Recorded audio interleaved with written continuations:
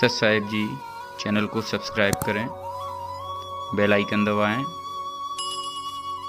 Video अच्छी लगे तो लाइक करें। एक कागभूषण नाम के एक महात्मा हुए हैं और गरुड़ जी के साथ उनकी एक बार गोष्ठी हुई। आपस में दोनों मिल गए। गरुड़ जी कौन है? भगवान विष्णु के वाहन गरुड़ पक्षी। अब ये देवता होते हैं और ये बोलते हैं मनुष्य की तरह, इनके अच्छे विचार हैं, भले ही वहां पशु योनि में है, वो पक्षी योनि में। और कागभूषण भी ऊपर से मुंह काग का है, उसका कौवे का, बाकी शरीर उसका देवताओं जैसा है, ऐसी उसकी व्यवस्था है। तो जब वो अपनी कथा सुनाता है, गरुड़ जी ने पूछा, हे कागभूषण, आप के पास बैठने से मुझे बड़ी शांति होती है और आप परमात्मा के भजन में दिन रात लगे रहते हो। आपने ये स्थिति, ये गति कैसे प्राप्त की? अब कागभूषण ने कहा कि गुरुदेव, मेरी लंबी कहानी है, समय हो तो सुनाऊं। गरुड़ जी ने कहा कि आप सुनाइए, मैं सुनने का, जानने का इच्छुक हूं। तो कागभूषण जी सुनाने लगे कि गुरुदेव, एक बार मनुष्य जीवन था मेरा और उससे पहले भी मैंने असंख्यों मनुष्य जीवन नष्ट कर लिए थे, कभी भक्ति पर मैं लगा नहीं। एक समय क्या हुआ कि हम दो बहन दो भाई थे, मेरे माता पिता थे, एक भरा पूरा परिवार था और एक ऐसा दुर्भिक्ष पड़ा, यानी अकाल गिर गया, वर्षा हुई नहीं, अन्न का अभाव हुआ, पत्ते भी, वृक्ष भी सूखने लगे।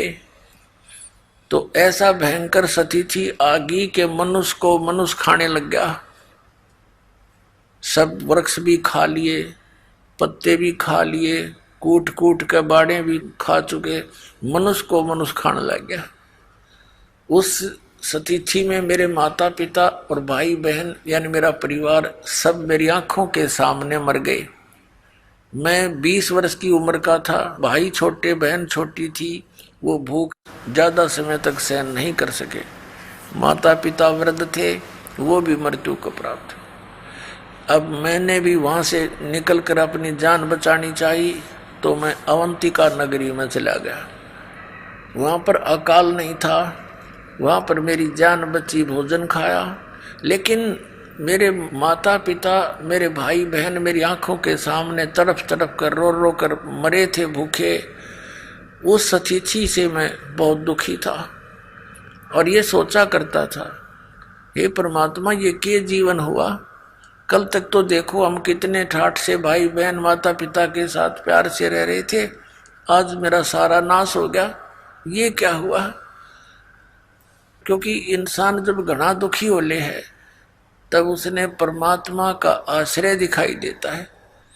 एक मंदिर में एक शिव का भक्त ब्राह्मण कथा कर रहा था, तो मैं वहां जाकर बैठ गया कि यहाँ कोई रोटी टोक मिलेगा। ब्राह्मण कथा कर रहा था, सभी उठकर चले गए, मैं बैठा रह गया। ब्राह्मण ने पूछा कि आप कैसे बैठे हो बेटा? मेरी आंखों से आंसू गिरने लगे। ब्राह्मण बड़ा दयालु था, उसने कहा, क्यों रो रहा है बेटा, बता, अपना दुख बता। मैंने सारी कहानी बताई ब्राह्मण को।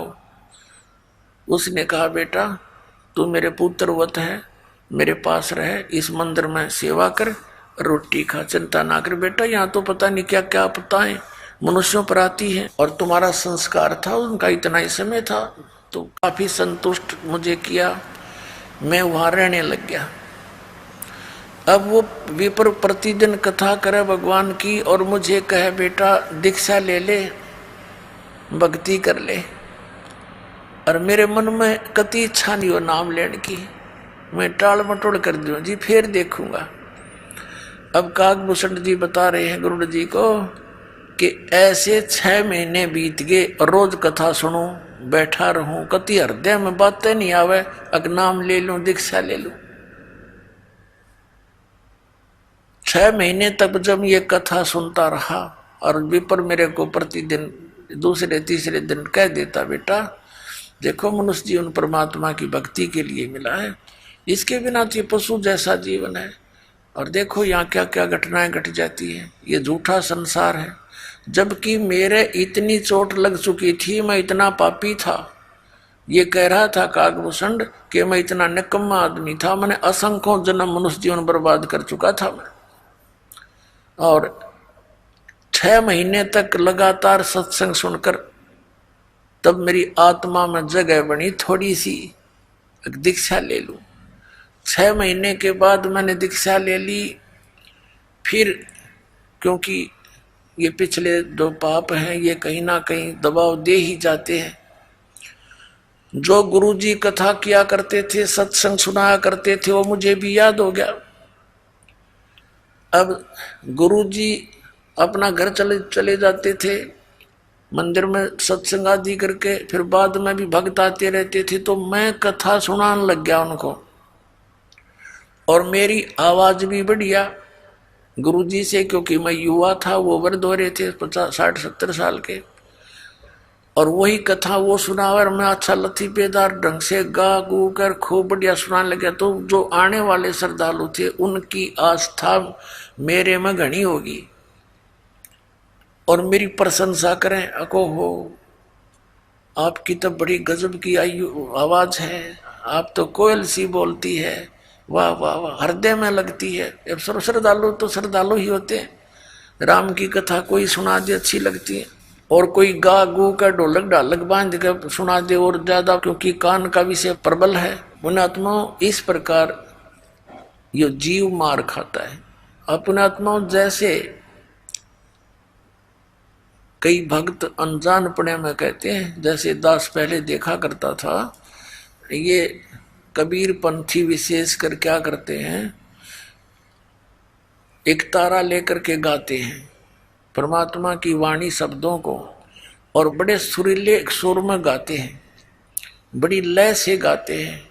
कोई तो फिल्मी गानों पर भी तबले तबले बांध कर परमात्मा की वाणी सुनाते, और फिर क्या कहते हैं, भाई इसकी आवाज बहुत बढ़िया है, भाई तो सुना। वो दूसरे को बैठा देते और उसको खड़ा कर देते, दूसरा कहता है इसकी और सुन, 2 बोल देख यू क्या सुनाएगा, वो तीसरे ने खड़ा कर दिया, वाह भाई वाह, इसकी और गजब की आवाज, तो सुना भाई।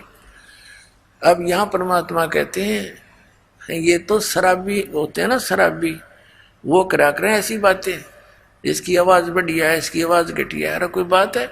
अब जैसे किसी का चोरी होगी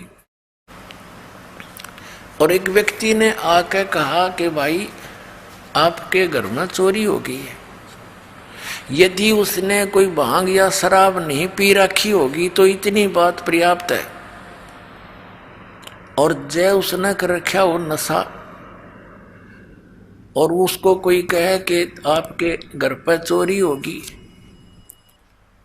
और वो नो कहे चोरी होगी भाई आपके, अब वो नो कहे, नो नहीं गा के सुना, वो कितना अच्छा लगेगा, आपके चोरी हो गई, ये बात तो उसे कहता ही अच्छा ना लगा आदमी, और वो नो कहा हाँ वाह वाह वाह, इसलिए सही बताई।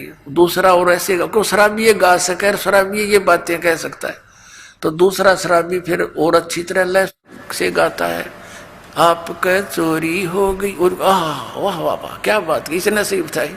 अरे मूर्ख, यदि इतना बतेरा था, कोई किसी भाषा में समझा दे भाई चोरी होगी आपके घर में, जब होश में हो तो तुरंत फड़क ले आदमी और उठ कर चल पड़े, जाके देखो कितना नुकसान हो गया। और कोई न कहे इसकी आवाज बढ़िया नहीं, इसकी बढ़िया लगी है, तो ये दोनों शराबी हैं, वो यानी अज्ञानी है, मूर्ख है। अरे इतनी सी बात, परमात्मा कहते हैं कोट जन्म तन पर मत हो गया, कुछ ना हाथ लगा रे, और कुकर सुकर खर बोरे कौआ हंस पुकारे, कोट जन्म तू राजा की ना मिटी न मन की आशा, और भिक्षुकों का दर दर घूमा, ये मिला ना निर्गुण रासा। जैसे एक बहन का इकलौता पुत्र मर गया, और वह रो रो के पद्य भाग की तरह बोल रही थी, हे बेटा अब मेरा क्या होगा, तो वो गा नहीं रही थी, वह रो रही थी। तो संतों ने जो ये शब्द बनाए हैं ये हमारे लिए इसलिए बनाए हैं कि जब आदमी रोते हुए गाता है उसका असर न्यारा होता है। और उसको सिंपल वे में भी बोला जा सकता है कि यूं सौदा फिरना ही संतो, ये सौदा फिरना ही, ये लोहे जैसा ताव जाते काया देश राही। तीन लोक और भवन चतुर्दश सब जग सौदे आही, और दुगने तिगने किए चौगने किन्हों मूल गवाई। फिर क्या बताते हैं कि यो दम टूटे पिंडा फूटे लेखा दरगाह माही, उस दरगाह में मार पड़ेगी तेरी जम पकड़ेंगे बाही। फिर क्या बताते हैं कि बांध पिंजड़ी आगे धर लिया मरगट को ले जाही, अग्नि लगा दिया जद लंबा फूक दिया उस ठाई। फिर क्या बताते हैं कि फिर पीछे तू पशुआ की जय गद्दा बैल बनाई, ये 56 भोग कहा मन बोरे कि कुर्डी चढ़ने जाई। तो पुण्यात्मा गा के सुनाने की बात से, ये तो गाना रोने के हिसाब से है। जैसे बच्चों को पहली कक्षा में सुनाते हैं आ का आम ई की इमली, तो ये तो प्रथम कक्षा के बच्चों को ऐसी आवाज सुनाई जाती है, इसमें आवाज से लिंक नहीं होता, उस अक्षर से संबंध होता है। आ से आम, आम कैसा होता है, वो आ अक्षर कैसा है। तो ये व्यवस्था जो गाने में स्वर ने देख करके जो करते हैं तो वो मूर्ख और भोली आत्मा होती है जिन्हें पता नहीं अध्यात्म मार्ग का। तो क्या बताया कि नर से तू पशुआ की जय और गद्दा बैल बनाई, ये 56 भोग कहा मन बोरे कि तो कुर्डी चढ़ने जाई। बताइए गान की चीज है, ये तो रोण की बातें हैं कि मनुष्य जीवन छूट गया, भक्ति करी नहीं तो गद्दा बैल बनाई। ओए होए, आपकी सुरत, आपकी दृष्टि, शोध, चिंतन उस गधे की जीवनी पर जानी चाहिए। भगवान की वाणी ये दास जब बोलता है नर से तू गधा बनावे गद्दा बैल बनाई, ये 56 भोग कहा मन बोरे कि तो कुर्डी चढ़ने जाए।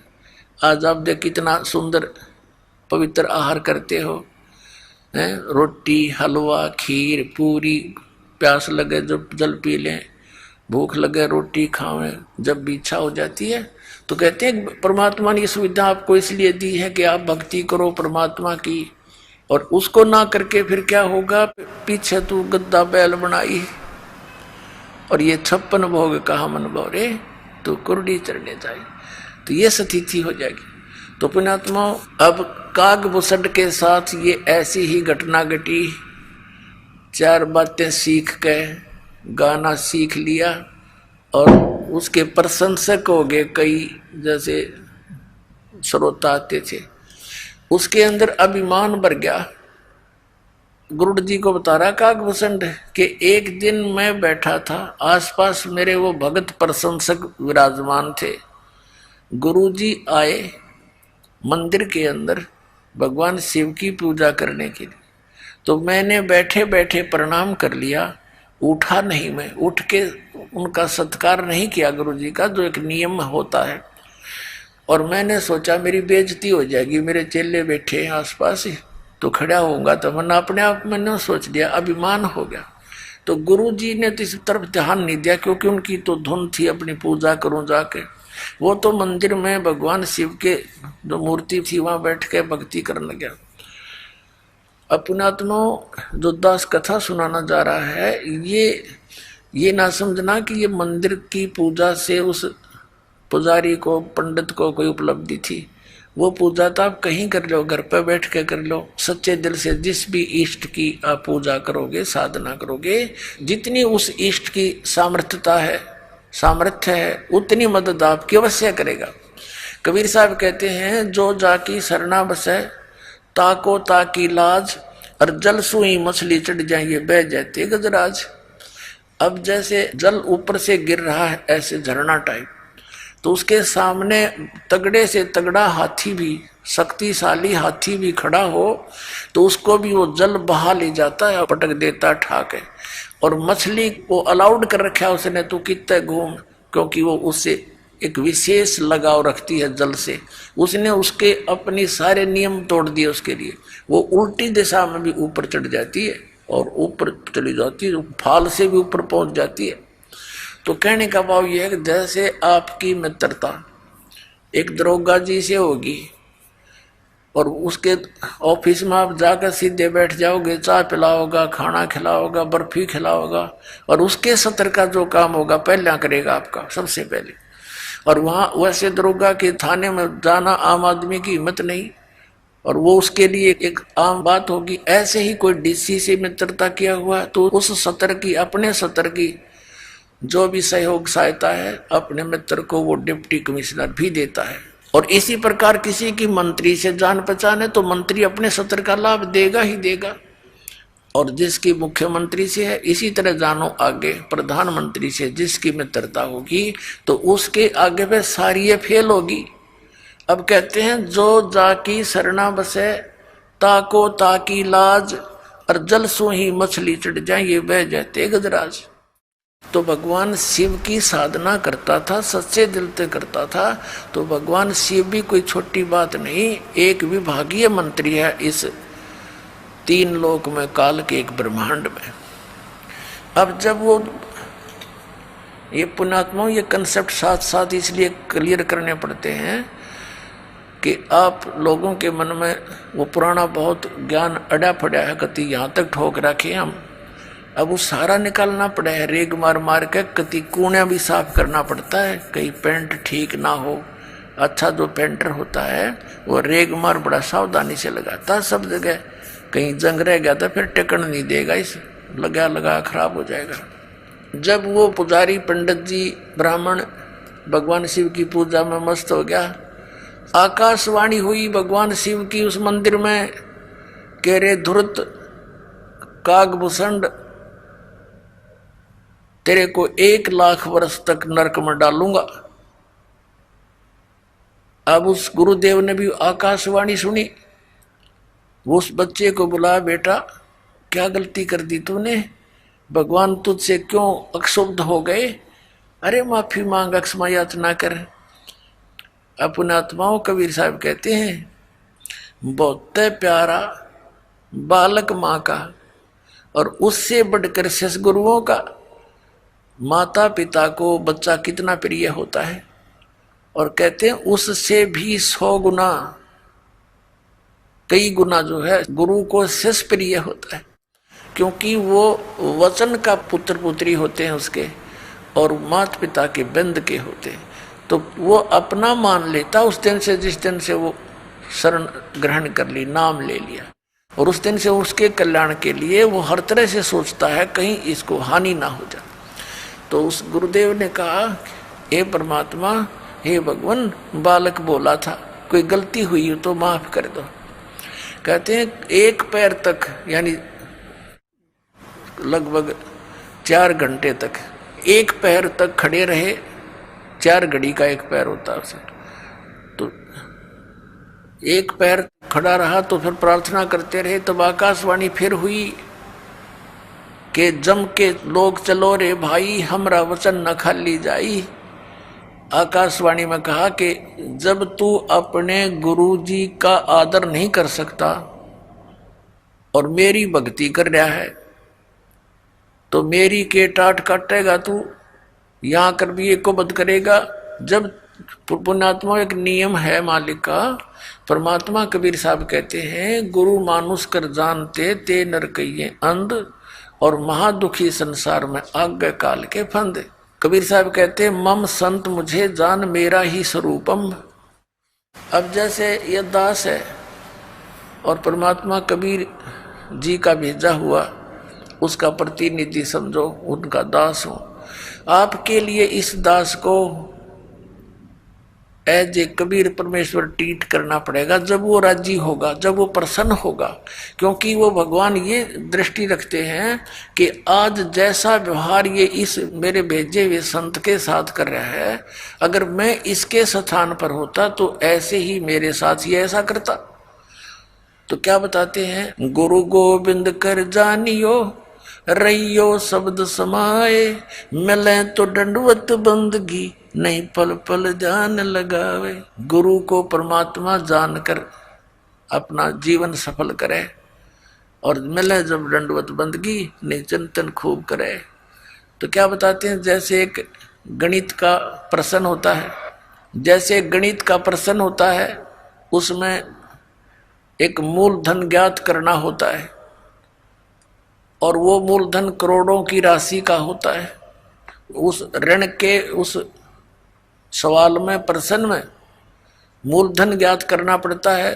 तो सपोज करना पड़ता है, मान लीजिए मूलधन 100 रुपये, और मूलधन 100 रुपये माने बिना वो ओरिजिनल मूलधन नहीं मिल सकता, यानी वो प्रॉब्लम सोल्व नहीं हो सकती, वो प्रश्न हल नहीं हो सकता। उसके लिए मानना पड़ता है, मान ले मूलधन 100 रुपये, वो 100 रुपये वास्तव में मूलधन नहीं होता, लेकिन उसके बिना वो वास्तविक मूलधन मिल नहीं सकता, कभी नहीं। तो इसलिए ये दास गॉड नहीं है, लेकिन आपने न्यू मान कर रिहर्सल करनी पड़ेगी कि मान लो गुरुजी गॉड, ये समझ लेना पुनः। तो क्योंकि जब आप यहाँ से जाओगे तो आपको त्रिकुटी के ऊपर जहाँ एक इंटरनेशनल एयरपोर्ट है यहाँ से जाने का, और वहाँ से जहाँ भी जिसने टिकट बनवा रखी है, यानी जिस भी देव ईष्ट की साधना वो किए हुए है, वहाँ त्रिकुटी से ही उसका फिर आगे आगे उसी रास्ते से उसके विमान जाएंगे। तो वहां जब आप पहुंचोगे ये दास खड़ा दिखाई देगा आपको, परमात्मा इस दास के रूप में वहां मिलेंगे, और आपकी जैसी श्रद्धा यहां होगी ऐसी वहां होगी। ये तो रिहर्सल है, एक ट्रायल है। तो जैसा आपका बर्ताव इस दास के प्रति यहाँ होगा ऐसा ही वहां होगा। अब जैसे दास यहाँ खड़ा है बाहर और आप वहां बैठे हो, मस्ती मार रहे हो, एक गप्पे कर रहे हो, तो ऐसा ही भाव फिर वहां होगा। तो भगवान निकल जाएंगे, तुम मुड़े गप्पे मारते रह जाओगे। तो जो ही गुरुजी आते हैं आप देखते हो, कोई भी गुरु है कहीं पर भी वो नकली है, उनके प्रति भी वो ऐसी श्रद्धा रखते हैं जो पुण्यात्मा है, क्योंकि उनका स्वभाव है। एक टक दृष्टि रखते हैं जब तक वो आंखों के आसपास रहते हैं। तो ये उनने पिछले जन्मों से अभ्यास कर रखा, जो पुण्यकर्मी प्राणी पिछले जन्मों से आ रहे हैं भक्ति करते हुए। तो ये नियम है, विधान है इस भक्ति का। तो वहां जैसा जिसका आपने यहाँ प्रैक्टिकल कर रखा है वो तो वैसा ही वहां होगा आपका स्वभाव। तो इसलिए गुरु जी को एज ए गॉड ट्रीट करके उसके साथ फिर ऐसा व्यवहार करें। गुरु के सम्मुख वचन नहीं कहे, सो से रहनी गहनी सुख रहे। तो इस प्रकार जो नियम है, गुरु सम्मुख ले झूठ सजोई, निश्चय नरक पड़े से सो। तो इस तरह की जो परमात्मा ने फाउल पॉइंट बता रखे हैं, उन फाउल पॉइंटों से डर रहे। अब कागभूषण को आकाशवाणी में भगवान शिव ने बताया कि रे निकम्मे व्यक्ति, जब तू अपने गुरु का सत्कार नहीं कर सकता तो मेरा क्या लगा तू, और तुझे नरक में ठोकूंगा। इस संति से दयालु होते उस ब्राह्मण ने, उस पुण्यात्मा ने बार बार प्रार्थना की, हे परमात्मा आप तो दयालु हो, आप तो बख्शनहार हो, बालक है, छोटा बच्चा है, गलती होगी, इससे माफ करो। अरे क्या कर दिया तू नालायक, बता क्या कर दिया। तब आकाशवाणी में कहा कि ये अपने गुरु का आदर नहीं किया, खड़ा होकर के इसके अंदर अभिमान समा गया था, इसका ये दंड इसको भोगना ही पड़ेगा। फिर बार बार प्रार्थना करने से शिव जी ने कहा कि तेरे गुरु जी की प्रार्थना स्वीकार होती है, लेकिन नरक में तो तुझे जाना ही पड़ेगा, मैं इसको चेंज नहीं कर सकता। लेकिन उस नरक में तुझे यम के दूत दुखी नहीं करेंगे, ये मैं आदेश दे दूं। अब उसको इतना सहारा मिल गया, उसकी मृत्यु होगी कुछ वर्षों के बाद, नरक में तो जाना ही पड़ा। लेकिन यहाँ के इतनी सुविधा ये दे सकते हैं, जैसे एक मंत्री की कोई जान पहचान हो जाए, होम मिनिस्टर से कोई उसका मित्र हो, रिश्तेदार, और उसकी कैद हो जाती है। अब उसने रहना तो पड़ेगा जेल में, लेकिन रहेगा उड़े बिल्कुल बटेऊ की तरह, कोई कुछ नहीं दुख दे सकता। तो उस कागभूषण को इतना सहारा तो मिल गया, लेकिन रहना पड़ा उस नरक में। अब जैसे वहां नरक में चाहे कुछ भी ना, कोई यम के दूत दूसरा ने पीटे जब कलजा पाटे, और नरक में हाहाकार माचरी, कोई काटे जा रहे हैं, कोई नरक में ठोक रखे हैं, गंद पड़ा, सड़ांध उठ रही है, रहना वहीं पड़ा। अब दास ये कहना चाहता है इस कथा के द्वारा कि जो पुण्यकर्मी प्राणी हैं, पिछले जन्म मनुष्य जीवन के पाते हुए आ रहे, वो तो भगवान की कथा सुनते ही तुरंत कहीं ना कहीं चिपक जाते हैं। तो उनका स्वभाव है जैसे दीपक के ऊपर पतंग, न चाहते हुए जाकर गिर जाता है, भले ही वो जल जाए, लेकिन उसका स्वभाव है उसको शीतल और उत्तम वस्तु जानकर जाता है। तो जितने भी ये पुण्यकर्मी प्राणी थे, इन नकली संतों काल के दूतों को एक परम संत धनी जानकर उस दीपक की तरह जा चिपके और 100 साल से बैठे वहां पर। कोई मन में न्योय नहीं आया कि ये नकली आदमी है, इसने कख नहीं पता, ना सतनाम का, ना सतलोक का, ना सचखंड का, और आप भूत बन कर बैठ गए और उन पुस्तकों को पढ़ते रहे श्रद्धा से कि ना जो गुरु जी ने लिख दी वो बिल्कुल सही है। देखो भगत की श्रद्धा ऐसी ही होती है और होनी भी चाहिए, ब्लाइंड फेथ होना चाहिए। लेकिन इन नकलियों ने उनका दुरुपयोग कर लिया, उनके उस श्रद्धा को उन्होंने दुरुपयोग किया और उनका नाश कर दिया। तो इस कारण से ये दास जो बताना चाह रहा है इस कथा के माध्यम से कि पिछले जन्म के जो पुण्यकर्मी प्राणी मनुष्य जीवन से आए हुए हैं, वो तो तुरंत कहीं ना कहीं कोई ना कोई साधन अपनाए हुए हैं और चुप करके अपने लगे हुए। उन्हें संतुष्टि है कि भगवान की साधना कर रहा हूँ और करनी चाहिए, लेकिन शास्त्र विधि को त्याग का मनमाना आचरण करना भी यूजलेस है।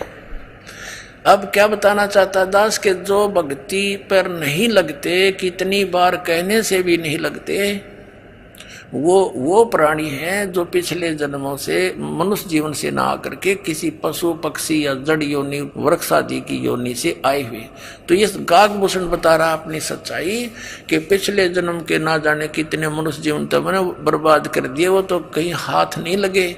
और एक जन्म से मैं स्टार्ट हुआ, मेरे साथ ऐसी भयंकर घटना भी घटनी, फिर भी आत्मा नर्म नहीं हुई इस नीच की। और 6 महीने तक गुरु जी के वचन सुनता रहा, फिर भी मन में नाम लेने की प्रेरणा बनी ही नहीं। और फिर भक्ति पर लगा तो यह कुबद कर दी, या तो वो लगे नहीं, लगेंगे तो मर्यादा नहीं रख सकते, उनमें कोई न कोई बुरा संस्कार कहीं ना कहीं प्रबल हो ही जाता है। अब फिर भी स्टार्ट होगी किसी ना किसी जन्म से। तो अब दास का कहने का भाव ये है कि जैसे आपका कोई भाई बहन मित्र है, वो नाम ना लेना चाहे तो सत्संग के दौरान हमने अलाउड कर रखा है, अनउपदेशी भी आश्रम में प्रवेश कर सकता है और 4 दिन 3 दिन का सत्संग वो सुन सकता है।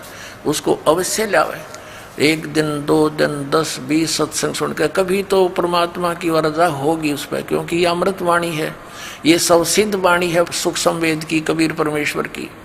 जैसे एक किसी को सर्प डस जाता है और वो अचेत पड़ा होता है, एक गारडू एक मंत्र सिद्ध करता है सर्प का विष उतारने वाला, उस मंत्र को बोलता है, एक वाणी होता है, श्लोक सा होता है, उसके बोलने से बार बार बोलने से उस अचेत पड़े व्यक्ति का विष उतर कर वो सचेत हो जाता है। जबकि ना वो सुन रहा है ना उसकी कोई भाषा समझ रहा है, ये बोल क्या रहा है।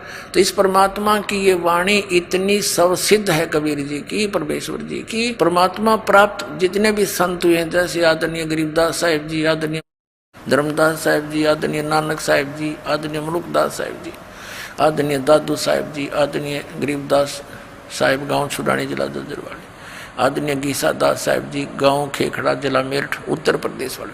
तो इनका तो दास को पता है कि इनको परमात्मा सीधे मिले और इनको वो ज्ञान अमृत दिया। तो इनकी वाणी में और स्वयं परमेश्वर की वाणी में ये एक सबसिद्ध वाणी है, जिससे हमें बहुत ज्ञान यज्ञ का पुण्य मिलता है और आत्मा के ऊपर दुष्कर्मों का जो विष चढ़ा हुआ है वो भी धीरे धीरे हटकर फिर प्रेरणा बन जाती है परमात्मा की भक्ति करने की। तो इसलिए सत्संग में लाना, वो भी आते रहेंगे, उनको ठीक है देर से असर होगा इस कागभूषण की तरह, लेकिन वो कलम चढ़ जाएगी किसी ना किसी युग में और फिर स्टार्ट भक्ति हुई धीरे धीरे सफल भी होगा। कागभूषण बता रहा है फिर उसके बाद नरक भोगने के बाद मेरा मनुष्य जीवन हुआ और भक्ति की कुछ पिछले संस्कार से फिर प्रेरणा बनी। एक समय लोमस ऋषि जी कथा कर रहे थे और मैं बन गया वकील, मैं क्रिटिसाइज करने लग गया उसकी। मैंने कहा कि महाराज जी आप तो सरगुण भगवान की कथा सुना रहे हो, हम तो निर्गुण के अधिकारी हैं, हमें तो निर्गुण भगवान के बारे में बताओ। अब कागभूषण को लोमस ऋषि जी ने बहुत कुछ समझाने की चेष्टा की, भाई देखो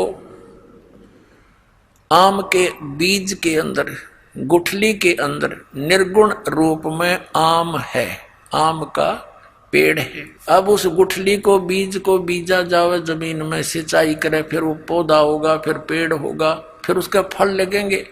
वो निर्गुण काम का है कि ये सरगुण। अब काकभूषण ने बोला मेरे समझ में ना आई ये बात, क्योंकि मेरी तो बुद्धि भ्रष्ट थी और अपनी जान में वकील पाक रहा था मैं, थोड़ा बहुत ज्ञान कहीं से सुन के। क्योंकि जो मनुष्य जीवन से दोबारा मनुष्य जीवन प्राप्त है वो प्राणी अवश्य भक्ति के लिए भटकता है। जैसा उसने ज्ञान कहीं कहीं से सुना वो फिर वक्ता हो चुका था। तब लोमस ऋषि ने 2-3 प्रमाण और दिए भाई। कहते हैं शिव की जटा में थी गंगा भाई, और भागीरथ ने वह गुप्त वस्तु प्रगट दिखलाई, यानी यहाँ प्रगट कर ली। ये निर्गुण हमें नहीं दिखाई देती, वह एक जगह थी, हमारे तो काम आई नहीं, हमारे लिए तो निर्गुण है बिना गुण की। और जब गंगा यहाँ आई तो हमारे लिए तो गुण हो गया इसमें। तो ऐसे समझो। वो क्या बताना चाह रहा था लोमस ऋषि के परमात्मा ऊपर तो निराकार है और नीचे यहाँ जो राम और श्री कृष्ण रूप में आते हैं तो ये सरगुण है, ऐसे बता रहा था। इनकी यहीं तक सोच है। तो उसने क्या कहा काकभूषण ने कि आप तो वैसे ही कह रहे हो, यानी कुछ ऐसी उठपटांग बात कह दी। तो लोमस ऋषि ने उसको श्राप दे दिया, अरे चंडाल, तू ना ज्ञान को सुनता है ना सुनने देता है, तेरा चंडाल का जन्म होगा। अब काकभूषण कहता मुझे पिछली बात याद आएगी कि मैंने गलत कर दिया, मुझे क्रोध नहीं आया और ऐसे मायूस सा होकर बैठ गया, भगवान बहुत गलती बन गई, मैंने विवाद किया और प्रभु आपका वचन शिरोधार्य, पर मुझ दास को कहीं भी जन्म दे देना, चंडाल के देना या किसी के घर देना ऋषिवर, पर एक आशीर्वाद दे दो अपने दास को कि मुझे भगवान की भूल ना पड़े।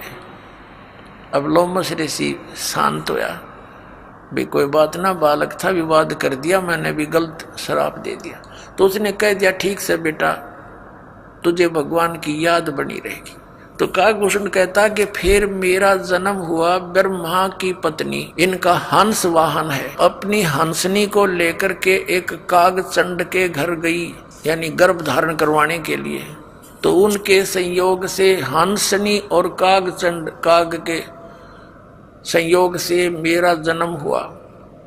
तो मेरा बाकी शरीर तो देवता जैसा और मुख है काग जैसा, लेकिन बोलता है मनुष्य की तरह।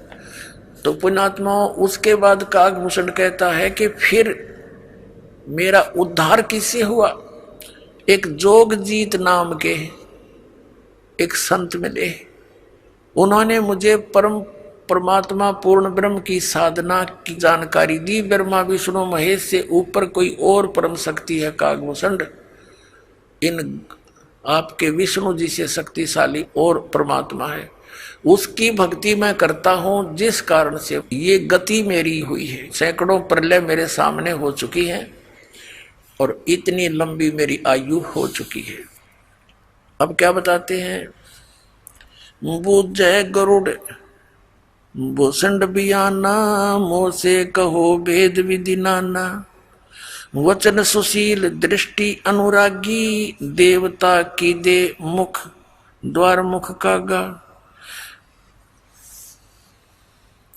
अब काकभूषण जी को गुरुड़ जी कह रहे हैं, मधुकुर बहन सुनंत हो शांति, कहो भूषण मुझिया की उत्पाती, श्रवण सुमरत वचन उमेदा, दाम रसायन सब तन बेदा, परम भेद कहो बहुभांति, मिटे हमारे मन की कांति, कौन देश को नगर निधाना, कहो भूषण आदि परवाना, कौन पिता को जननी जाम्या, कौन कुली कौन वंश बखाना, अवरण वरण कला परवेशा, तुम्हारी महिमा कर है शेषा, जल स्वरूप कुछ तरंग न तेजम, इंद्री जीत चढ़े मन से जम, ब्रह्म निरूपण निर्गुण भेखा, कहो भूषण मोहि आज संदेशा, कहे भूषण तुम सुनो खगेशा, तो से भेद कहूं परवेशा, शंख कल्प जुग गए बिहाई, पूर्व जन्म की कथा सुनाई। शंख कल्प जुग हो गए, जामन मरण जिहान, जन्म पूर्व ला तुझे कहूं, सुनो खगेश सुजाने।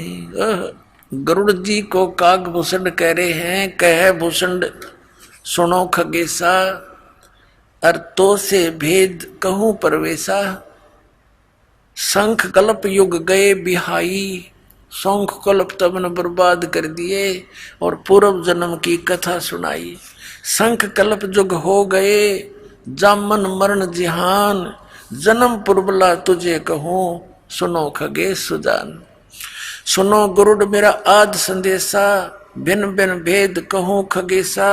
शंख जन्म पूरब पैमाला, शंखों जन्म पूरब यानी पहले के, पैमाल माने नाश कर दिए।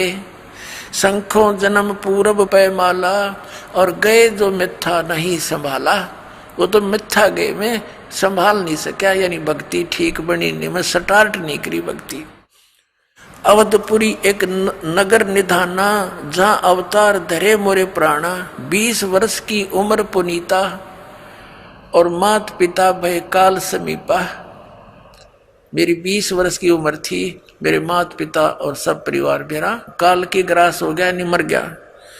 पड़ा काल दुर्भिक्ष ताही, और पृथ्वी डोल गई रे बाई। ऐसा भयंकर दुर्भिक्ष गिरा था, अकाल गिरा था कि पृथ्वी भी कांप गई थी, ऐसा हाहाकार मचा था। पड़ा काल दुर्भिक्ष अपारा, मनुष्य मनुष्य का करे आहारा। अन्न का नहीं आहार प्राणी, पड़ा काल दुर्भिक्ष समानी। अवधपुरी हम तजी खगेशा, ताई आए हम मालू देसा। पूरी अवंती लीना बासा, जावा नहीं अन्न की त्रासा। अन्न तो वहां पेट भर खाया, कह भूषण सुनो खगराया। पंडित एक अवंती माही, कथा करण नित शिव द्वारे जाही। 6 मास हम संगति की नी, बौर तास की दीक्षा लेनी। टहल करत शिव पंडित केरी, गुरु चेले का भाव गनेरी। स्वामी करण गए स्नाना, और पूजा अर्पण धूप दयाना। शिव पूजा पंडित अर्थावे, बेल पत्तर धर लिंग बनावे। शिव पूजा पंडित करे जहाँ हम लिया निवास, गुरु दीक्षा मन मैं करी मिटी खगेश प्यास। तन मन अर्पे फेर माला, जाके ऊपर ईश दयाला। यानी कागभूषण जी कह रहे हैं कि वो पंडित जी अपने शिव भगवान के ऊपर कति समर्पित था, जिस कारण से भगवान शिव की उसके ऊपर पूरी कृपा थी। पूजा करण दिवालय आए, ता हम बैठे दर्शन पाए। जहाँ शिव को मोह दिया सरापा, लाख वर्ष तुम जमपुरी राखा। पंडित सुना बचन शिव केरा, ओठ चरण लीना गुरु केरा। पंडित शिव का दान लगाया, कल्प करी बालक बोराया। ये रे बालक तू धर शिव का धाना, ताते बक्से तेरे प्राणा। तो पुण्यात्मा, आज का जो सत्संग चल रहा है, ये वर्तमान का समागम, ये किस उपलक्ष्य में है? परमात्मा सतलोक से चलकर आते हैं, अपनी प्यारी आत्माओं को मिलते हैं जो परमात्मा के लिए भटक रहे हैं, और उनको फिर तत्व ज्ञान समझाकर सत भक्ति, वो 2 अक्षर का मंत्र सतनाम देकर उनका कल्याण करते हैं।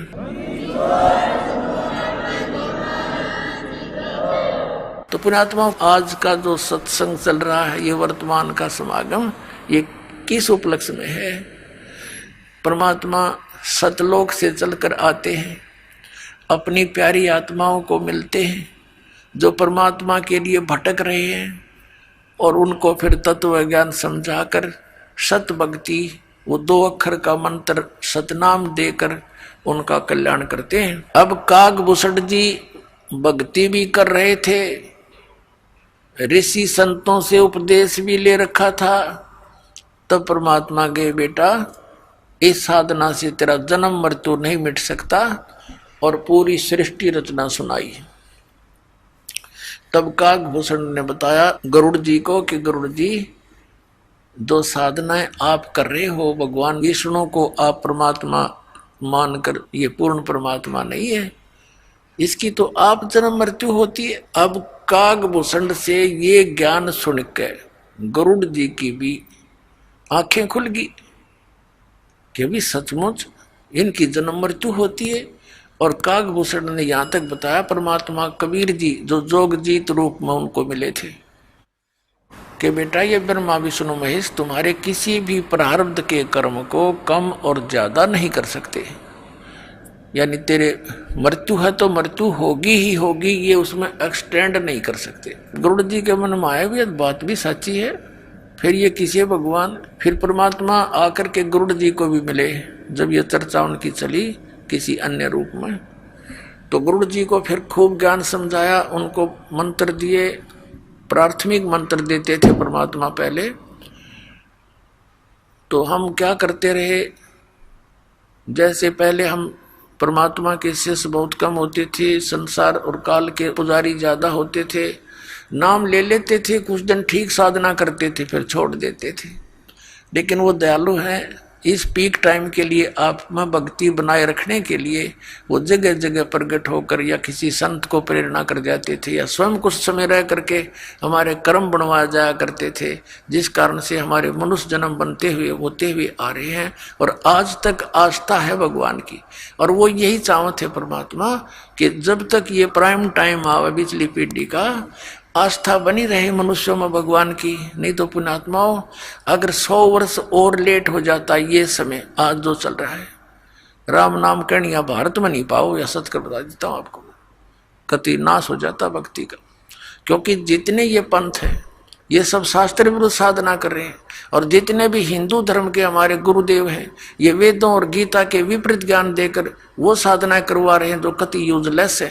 और जिस कारण से हमें भगवान की राहत मिल नहीं रही, हम लुटेरे बन गए, हम रिश्वत लेने लग गए, हम मिलावट करने लग गए, जिससे धनी बनना चाहते हैं और दूने दुख आने लग गए प्राणियों। तो इस परमात्मा ने आकर के यहाँ तक आपको आस्था बनाए रखनी थी और अब संभाल लिया। अब आपको वो लाभ मिलेंगे जो भगवान दिया करता है।